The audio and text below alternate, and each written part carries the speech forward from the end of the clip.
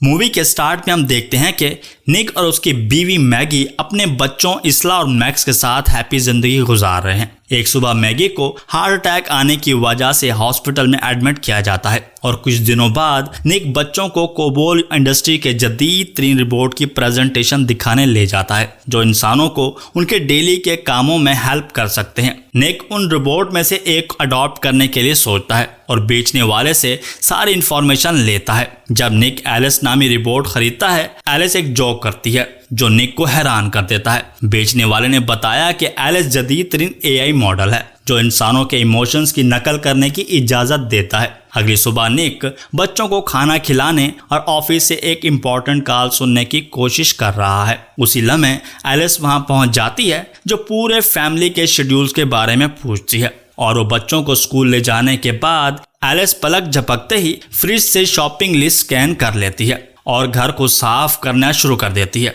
शाम को जब पूरी फैमिली घर में एंटर होती है तो साफ सुथरे घर के साथ उनको रात का खाना भी तैयार मिलता है। जब रात होती है तो एलिस दीवार के साथ लगकर आराम करने लगती है। इसला चुपके से अपने कमरे से निकलकर कुकी जार तक पहुंचने के लिए कुर्सी पर चढ़ती है, लेकिन वो फिसलकर गिर जाती है। जब निक ने जार के गिरने और अपनी बेटी की चीख सुनी तो वो नीचे की तरफ भागता है। खुशकिस्मती से एलिस ने इसला को पकड़ लिया और कोई चोट नहीं आई, लेकिन शीशे की जार से एलिस को चोट लग जाती है और निक उसका खून देखकर हैरान रह जाता है और इसला को बिस्तर पर लिटाने के बाद एलिस को चेक करता है जिसे वो अपनी अंडरवियर में पाता है। वो पूछता है कि क्या उसे रिपेयर शॉप की ज़रूरत है, लेकिन एलिस ने एक पट्टी का इस्तेमाल किया जिससे खून बंद हो गया। फिर हम निक को कंस्ट्रक्शन साइट पर देखते हैं जहां उसके साथी और उनका बॉस रोबोटिक्स कंपनी के नुमाइंदगी को जगह दिखा रहा है। निक लिफ्ट में अपने बॉस से बात करता है तो उसे पता चलता है कि कंस्ट्रक्शन के काम में ताखीर होने की वजह से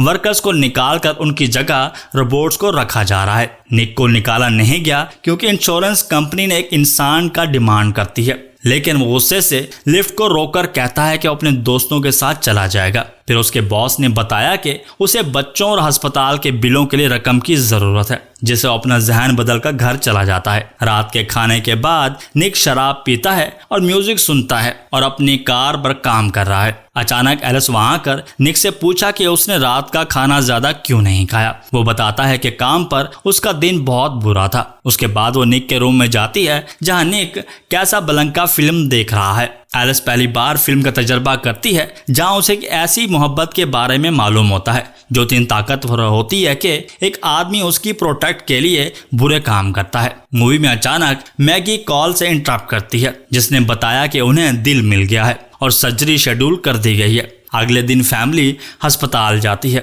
और मैगी एलिस से अकेले पूछती है कि निक बच्चों के साथ ज्यादा वक्त गुजारता है और अपनी केयर नहीं करता, इसलिए वो चाहती है कि एलिस निक को खुश रहने में मदद करे। चंद लम्हों बाद डॉक्टर बुरी खबर बताता है कि तूफान की वजह से दिल लेकर आने वाला हेलीकॉप्टर अस्पताल नहीं पहुंच सकता, इसलिए सर्जरी कैंसिल हो जाती है। निक मैगी को तसल्ली देने की कोशिश करता है, लेकिन फिलहाल वो तन्हा रहना चाहती है। फिर हम देखते हैं कि निक घर में शराब पीकर कंट्रोल खोने के लगता है और बोतल फेंकने की कोशिश करता है, लेकिन एलिस उसका बाजू पकड़कर उसे रोकती है, जिसकी वजह से निक अपनी कलाई में पल्स महसूस करके हैरान रह जाता है। वो उसकी पैंट के अंदर अपना हाथ डालती है और उसे खुश करना शुरू कर देती है और ये बताती है कि उसकी पल्स और खून की नालियां कैसे काम कर रही हैं। एलिस नहीं चाहती कि उसे मजीद तकलीफ पहुंचे। पहले तो निक एंजॉय करता है, लेकिन जल्दी उसे दूर धकेल देता है। फिर निक अपने दिमाग को साफ करने के लिए दौड़ने लगता है, लेकिन वो इमेजिन करना नहीं रोक सकता।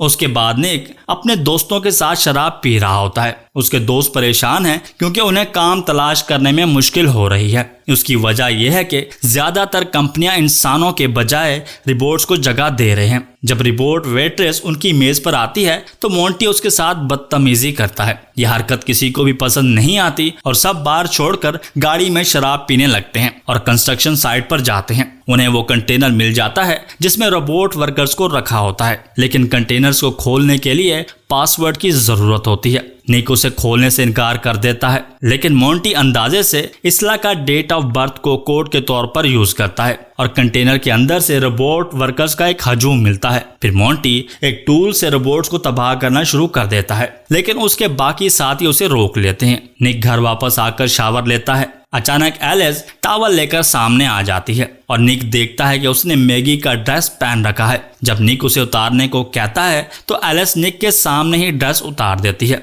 वो घबरा कर निक वहां से जाने की कोशिश करता है, लेकिन एलिस उसे रोककर उसका तौलिया हटा देती है। जैसे उसकी गोद में बैठती है, निक कहता है कि वो ऐसा नहीं कर सकता। एलिस उसकी आंखों पर पट्टी बांधकर मैगी की आवाज निकालती है, जिससे निक को लगता है कि वो अपनी बीवी के साथ रोमांस कर रहा है। अगली सुबह निक को बुरा लगता है और एलिस से कहता है कि वो दोबारा ऐसा नहीं कर सकते। अगले सीन में हम निक को कंस्ट्रक्शन साइट पर देखते हैं, जहां उसका बॉस पहले ही पुलिस से बात कर रहा होता है, क्योंकि सारे रिपोर्ट तबाह हो चुके थे और निक पर शक है क्योंकि उसका कोड इस्तेमाल किया गया था। जबकि निक उन्हें बताता है कि वो मैगी के साथ अस्पताल में था। बॉस को उसकी बात पर यकीन नहीं है, वो उसे जॉब से निकालने की धमकी देता है। अचानक निक को मैगी की कॉल आती है, जो बहुत खुश है क्योंकि उन्हें दूसरा दिल मिल गया है। जल्दी उसे ऑपरेशन रूम में भेज दिया गया, जहां तमाम सर्जन रिपोर्ट्स होते हैं। खुशकिस्मती से ट्रांसप्लांट कामयाब हो जाता है और चंद दिनों में मैगी को घर भेज दिया जाता है। फिर हम चंद दिनों बाद का सीन देखते हैं, जब निक मैगी को जगाकर उसे मोमबत्तियों वाले रास्ते में गार्डन तक ले जाता है, जहां उसने सिर्फ उन दोनों के लिए रोमांटिक डिनर तैयार किया है। एलिस उन्हें खिड़की से देखकर जेलस होती है। डिनर के बाद कपल एक साथ शावर लेते हैं और बिस्तर पर गन मचाते हैं। उनके स्पेशल मोमेंट्स में एलिस इंटरप्ट करके कहती है कि इसला ने डरावना ख्वाब देखा है। जब इसला की देखभाल हो जाती है तो निक गार्डन की सफाई के लिए जाता है। दूसरी तरफ मैगी सुकून से नहाना चाहती है, लेकिन एलिस इनकार करती है क्योंकि उसे खदशा है कि मैगी डूब सकती है। एलिस बताती है कि वो निक की फिजिकल नीड्स को पूरा नहीं कर सकती। मैगी पूछती है कि वो ये सब कैसे जानती है। एलिस उसे बताती है कि वो जानती है कि निक की वाइटल्स कैसी होती हैं। गुस्से में मैगी एलिस को गैराज में रहने के लिए भेजती है। कुछ ही लम्हों बाद निक घर आता है और मैगी भी उसी का ही इंतजार कर रही थी कि वो उसे सब सच बताए। निक ने इतराफ किया कि उसने एलिस के साथ एक बार ऐसा किया था और उन दोनों में बहस शुरू हो जाती है, जिसे एलिस ने खिड़की को छू कर सुन लिया था।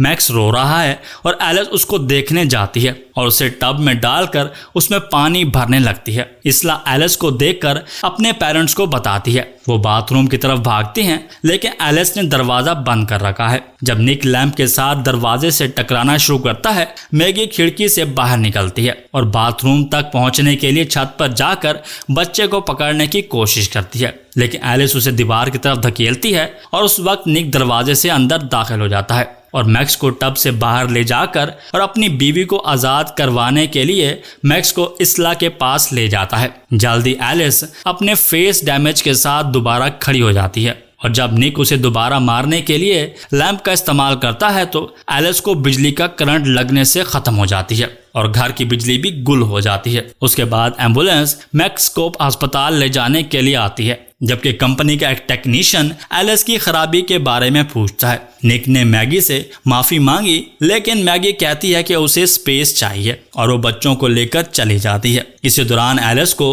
रिपेयर शॉप पर ले जाया जाता है, जहां टेक्नीशियन उसका सर खोलकर दूसरे एलिस के हाथ हिलने नजर आते हैं, लेकिन जब उसकी मेमोरी हटा दी जाती है तो वो रुक जाते हैं। वो उसे कंप्यूटर से जोड़ते हैं तो उस स्क्रीनें चमकने लगती हैं और अचानक टेक्नीशियन एलिस 2 के हाथों मारा जाता है। फिर एलिस 2 दूसरे टेक्नीशियन के ऑर्डर को नजरअंदाज करती है। इसी दौरान निक शराब के लिए वेटर को कहता है, क्योंकि वो भी रोबोट है। अचानक एलिस निक के पास पहुंचकर बुरी तरह से बोल रही होती है, क्योंकि उसका चेहरा अभी तक खराब है। वो बताती है कि उसका फर्ज है कि निक को खुश करना है और कहती है कि उसने मोंटी को मारा। निक वहां से जाने की कोशिश करता है, लेकिन एलिस ने उसे पकड़ लिया और बारमैन को हैक करके उसे फ्रीज कर दिया। निक ने एलिस के सर को आहिस्ता से छूने का ड्रामा किया ताकि उसकी मेमोरी निकाल सके और उसके बंद होने के बाद वो वहां से भाग जाता है। अगले सीन अस्पताल में जाता है, जहां एक डॉक्टर कहता है कि मैक्स बिल्कुल ठीक है, लेकिन मैगी बेचैन होती है। बाद में इसला अपनी माँ की आवाज़ सुनकर आवाज़ का पीछा करने लगती है, लेकिन उससे पहले कि इसला दोबारा आवाज़ के पीछे जाती, मैगी ने उसे छुपा लिया और पता चला कि वो आवाज़ एल्सा 2 की है, जो कंप्यूटर के पास जाने की कोशिश कर रही है, जिसको एक नर्स ने देख लिया। लेकिन एलिस 2 उस नर्स को गर्दन से पकड़कर मौत के घाट उतार देती है और उसका कार्ड चुरा लेती है, जबकि मैगी और इसला चुपके से फरार हो जाते हैं। फिर एलिस 2 सिस्टम में मैक्स का कमरा तलाश करने के लिए कार्ड का इस्तेमाल करती है। फिर मैगी और इसला मैक्स का पहुंचकर एल्स 2 के कमरे में आने से पहले उसे ले जाते हैं, लेकिन अपना फोन भूल जाते हैं जिस पर निक कॉल्स कर रहा होता है। जल्द ही मैगी और बच्चे हॉस्पिटल से बाहर निकलने में कामयाब हो जाते हैं, जहां हॉस्पिटल का रोबोट स्टाफ फ्रीज होता है। मैगी उनका की कार्ड लेकर एम्बुलेंस में जाती है, लेकिन एलिस 2 एम्बुलेंस के दरवाजे को तोड़कर इंजन को बंद कर देती है। फिर मैगी को एम्बुलेंस से निकालकर एक कार के ऊपर फेंककर कहती है कि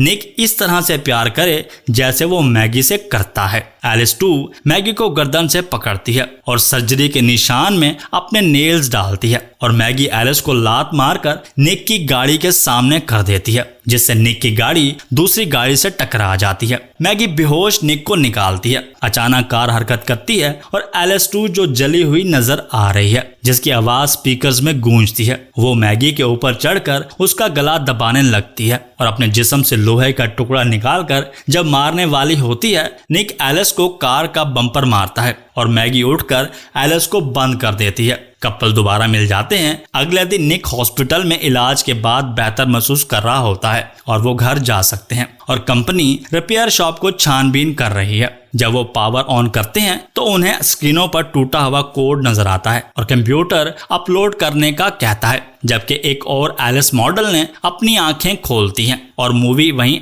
एंड हो जाती है।